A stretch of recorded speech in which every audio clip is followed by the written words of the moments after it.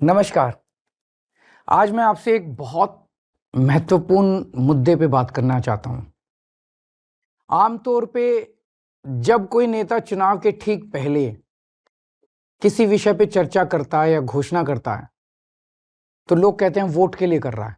कई वादे किए जाते हैं धर्म के नाम पे, कई वादे किए जाते हैं जाति के नाम पे, कई वादे समाज के निचले तबके के लिए किए जाते हैं और कई वादे कुछ चंद उद्योगपतियों के लिए किए जाते हैं। ये ऐसा क्यों करते हैं?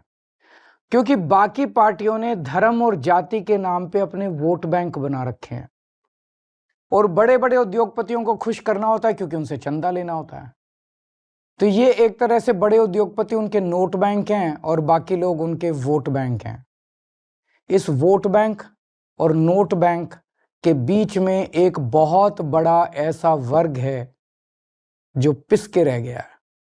वो ना इधर का है ना उधर का है और ये वर्ग है भारत का मिडिल क्लास। कोई भी पार्टी आज मिडिल क्लास के हित की बात करने को तैयार नहीं है। ऐसा क्यों है? आजाद भारत के 75 वर्ष में एक के बाद दूसरी पार्टी आई, एक सरकार के बाद दूसरी सरकार आई और इन सब लोगों ने मिडिल क्लास को दबा के, डरा के, निचोड़ के रखा हुआ है। मिडिल क्लास और सरकार का एक बड़ा अजीब रिश्ता है।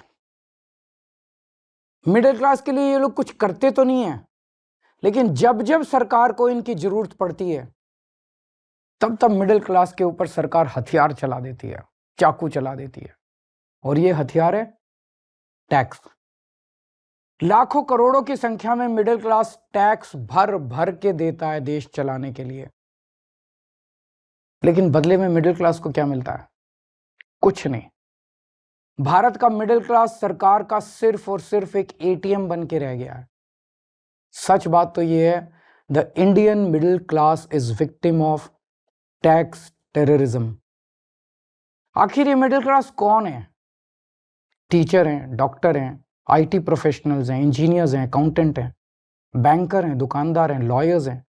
इन जैसे हजारों सामान्य लोग जो मिलके हमारा देश चलाते हैं, ये मिडिल क्लास है। और इन सब के मतलब मिडिल क्लास के क्या सपने होते हैं? उनके कोई बहुत बड़े सपने नहीं है। वो अपने लिए एक अच्छी नौकरी या बिजनेस चाहते हैं, एक अपना घर चाहते हैं, बच्चों के लिए अच्छी शिक्षा चाहते हैं। ये सब चाहते हैं कि उनका परिवार हमेशा स्वस्थ रहे, सुरक्षित रहे। इन सब को पूरा करने के लिए एक आम आदमी, एक मिडिल क्लास का आदमी अपनी पूरी जिंदगी दिन रात मेहनत करता है और बस यही उम्मीद करता है कि उसे सरकार से कुछ थोड़ी सी मदद मिल जाए। लेकिन सच क्या है? आज अधिकतर सरकारें ना उनके लिए अच्छे स्कूल बना रही हैं, ना उनके लिए अच्छे अस्पताल बना रही है, ना उनको रोजगार दे पा रही है और ना उन्हें सुरक्षा दे पा रही है, ना क्राइम को कंट्रोल कर पा रही है। सच्चाई है कि इस वर्ग को सबसे ज्यादा हमारे देश में परेशान किया जाता है और कोई देश नहीं है जहां मिडिल क्लास को इतना परेशान किया जाता हो। आपको पता है, अगर एक मिडिल क्लास परिवार साल में 10-12 लाख रुपए कमाता है तो income tax, GST, toll tax, education cess, sales tax, property tax, corporate tax, service tax, registration tax, capital gain tax वगैरह वगैरह वगैरह, ये सारे टैक्स मिला के एक मिडिल क्लास की 50% से ज्यादा आमदनी केवल और केवल सरकार को टैक्स देने में चली जाती है। अब तो दूध पे भी टैक्स लगता है, दही पे भी टैक्स लगता है, पॉपकॉर्न पे भी टैक्स लगता है, यहां तक कि पूजा के सामान पे भी टैक्स भरना पड़ता है। घर लेना हो तो टैक्स, घर बेचना हो तो टैक्स, गाड़ी खरीदो तो टैक्स, गाड़ी बेचो तो टैक्स, बच्चों को अच्छी शिक्षा देनी हो तो पहले प्राइवेट स्कूल की महंगी फीस की मार और उसके ऊपर अच्छे कॉलेज भेजने के लिए एजुकेशन लोग और उसकी ईएमआई पे डबल मार। जीते जी टैक्स तो देना ही पड़ता है, लेकिन अब तो सरकार ने ऐसी हालत कर दिया कि मरने के बाद भी टैक्स देना पड़ता है। और इस टैक्स टेररिज्म के बीच मजाल कि वो अपने सपने पूरे करने की कोशिश करे। सच्चाई है कि आज एक यंग मिडिल क्लास कपल, शादीशुदा कपल, उसके लिए फैमिली प्लानिंग एक फाइनेंशियल डिसीजन बन गया है। जब वो बच्चा पैदा करते हैं तो पहले सोचते हैं, उनके मन में सब, क्या हम इस बच्चे की परवरिश अफोर्ड कर पाएंगे? कहां पहुंच गया हमारा समाज? यही सब परेशानियों की वजह से बहुत से लोग देश छोड़ के जा रहे हैं। 2020 में 85,000 भारतीय देश छोड़ के विदेश चले गए और 3 साल बाद 2023 का आंकड़ा दिखाता है कि 3 गुना यानी कि 2,16,219 लोग देश छोड़ के चले गए। ये हमारे देश के लिए बहुत बड़ा नुकसान और दुख की बात है, क्योंकि ये युवा जो हमारे देश का भविष्य बन सकता था, आज किसी और देश का भविष्य बन रहा है। अब ये समस्या है, लेकिन इसका समाधान क्या है? सरकार के पास पैसा जनता से आता है। अब इस पैसे को खर्च करने के 2 ही तरीके हैं। या तो सरकार इस पैसे को जनता की भलाई पे खर्च करे, शिक्षा पे, स्वास्थ्य पे, ऐसी बेहद जरूरी बुनियादी सुविधाएं बेहतर करे, लोगों का जीवन बेहतर करे। और या फिर दूसरा तरीका है कि अपने उद्योगपति दोस्तों को कर्ज दे दे और थोड़े दिन में वो कर्ज माफ कर दे, जनता के पैसे डुबो दे। हमारी दिल्ली सरकार ने पहला तरीका चुना। हम जनता के पैसे जनता पे खर्च करते हैं।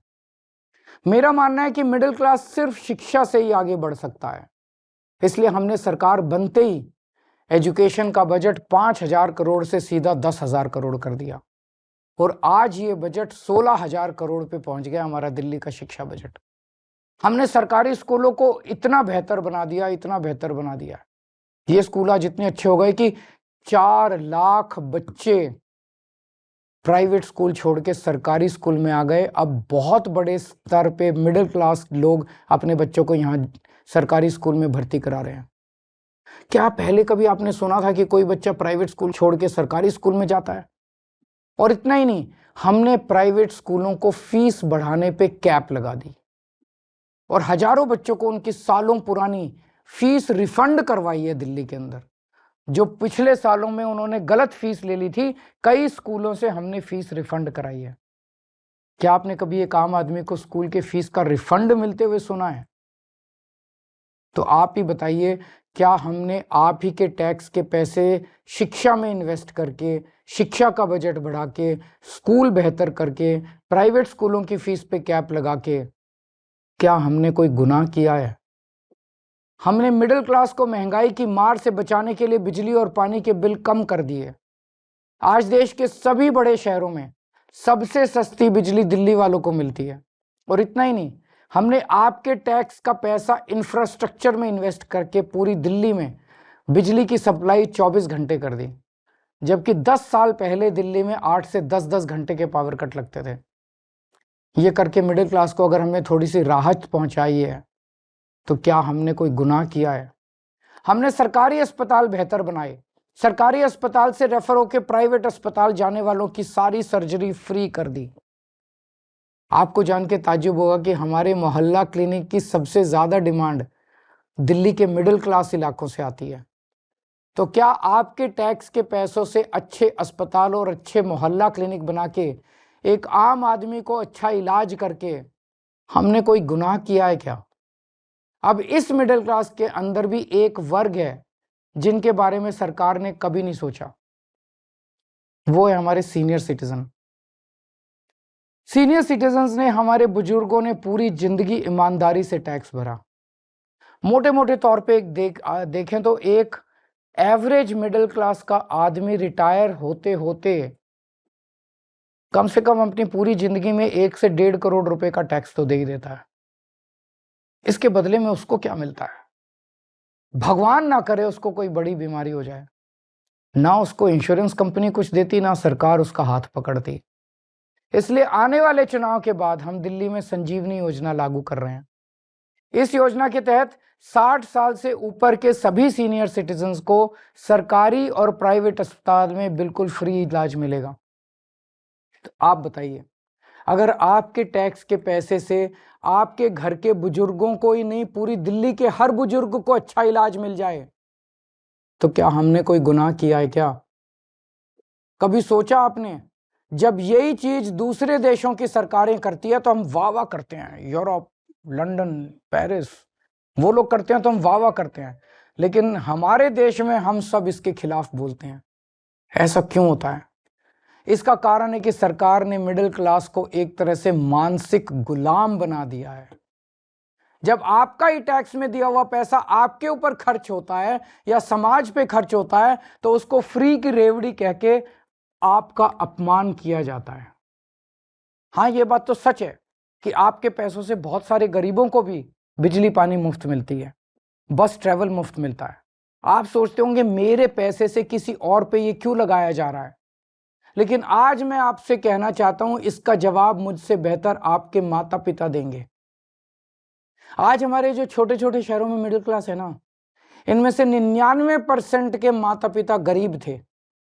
उन्होंने अपने खून पसीने की कमाई से गरीबी से मिडिल क्लास तक पहुंचने का सफर तय किया है। उनसे पूछ के देखना, उनको सरकार अगर थोड़ी सी मदद दे देती, उनको सरकार से थोड़ी मदद मिल जाती, थोड़ी सहूलियत मिल जाती, तो उन बचाए हुए पैसों को जोड़ के वो क्या क्या कर सकते थे। मुझे यकीन है कि उनका जवाब ये होता कि वो पैसा वो अपने बच्चों के भविष्य के लिए संवारते, यानी आपकी जिंदगी बेहतर करने में लगाते आपके माता पिता। इसी तरह जब जनता का पैसा जनता पे खर्च होता है तभी देश का निर्माण होता है। लेकिन ताज्जुब की बात यह है कि करोड़ों की तनख्वाह पाने वाले, लाखों की गाड़ियों में घूमने वाले, महंगे महंगे सूट पहनने वाले पत्रकार एयर कंडीशन स्टूडियो में बैठ के मिडिल क्लास को मिलने वाली छोटी छोटी राहतों पे सवाल उठाते हैं। बड़े बड़े सरकारी कोठियों में रहने वाले नेताओं को आप ही के पैसों से फ्री बिजली मिलती है, आप ही के पैसे से फ्री पानी मिलता है, आप ही के पैसे से ऐशो आराम की सारी सुविधाएं मिलती है, तब उसे फ्री की रेवड़ी नहीं कहते। हमने दिल्ली में मिडिल क्लास को राहत देने की पूरी कोशिश की और आगे भी हम करते रहेंगे। मिडिल क्लास को ऊपर पहुंचाने में कोई कसर नहीं छोड़ेंगे, उनको राहत देने में कोई कसर नहीं छोड़ेंगे। और आज हम केंद्र सरकार से भी ये अपील करते हैं कि हमारे देश के असली सुपर पावर भारत के मिडिल क्लास को पहचाने। आज मैं ये ऐलान करता हूं कि मैं और आम आदमी पार्टी सड़क से लेके संसद तक मिडिल क्लास की आवाज बनेंगे, उनकी आवाज उठाएंगे, उनके मुद्दों को उठाएंगे। आज से 2 हफ्ते के बाद देश का अगला बजट आने वाला है। इस लोकसभा के सत्र में आम आदमी पार्टी के सांसद मिडिल क्लास के मुद्दे संसद में उठाएंगे। मिडिल क्लास की आवाज की गूंज अब संसद में सुनी जाएगी। हम ये मांग करते हैं कि देश का अगला बजट मिडिल क्लास को समर्पित हो। आज मैं केंद्र सरकार से 7 डिमांड कर रहा हूं, 7 पॉइंट डिमांड्स मिडिल क्लास की तरफ से। पहला, शिक्षा का बजट 2% से बढ़ा के 10% किया जाए, प्राइवेट स्कूलों की फीस पे लगाम लगाई जाए पूरे देश में।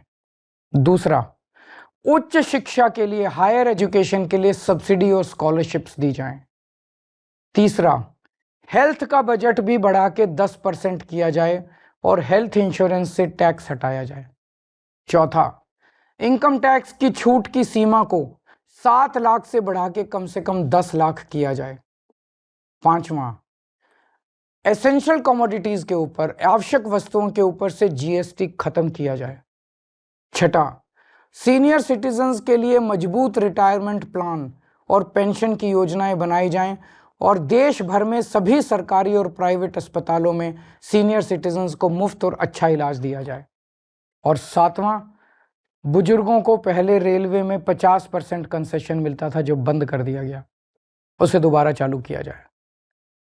ये है हमारा मिडिल क्लास का मैनिफेस्टो। अगर आप हमारे मिडिल क्लास मैनिफेस्टो से सहमत हैं तो हमारी वेबसाइट middleclassmanifesto.com पर साइन करें और आप अपनी भी आवाज़ केंद्र सरकार तक पहुंचाएं। अगर देश का पूरा मिडिल क्लास एक साथ एकजुट होकर अपनी आवाज़ उठाएगा तो सरकार की हिम्मत नहीं है कि वो आपकी आवाज़ ना सुने। सरकार को आपकी आवाज़ सुननी पड़ेगी। नमस्कार।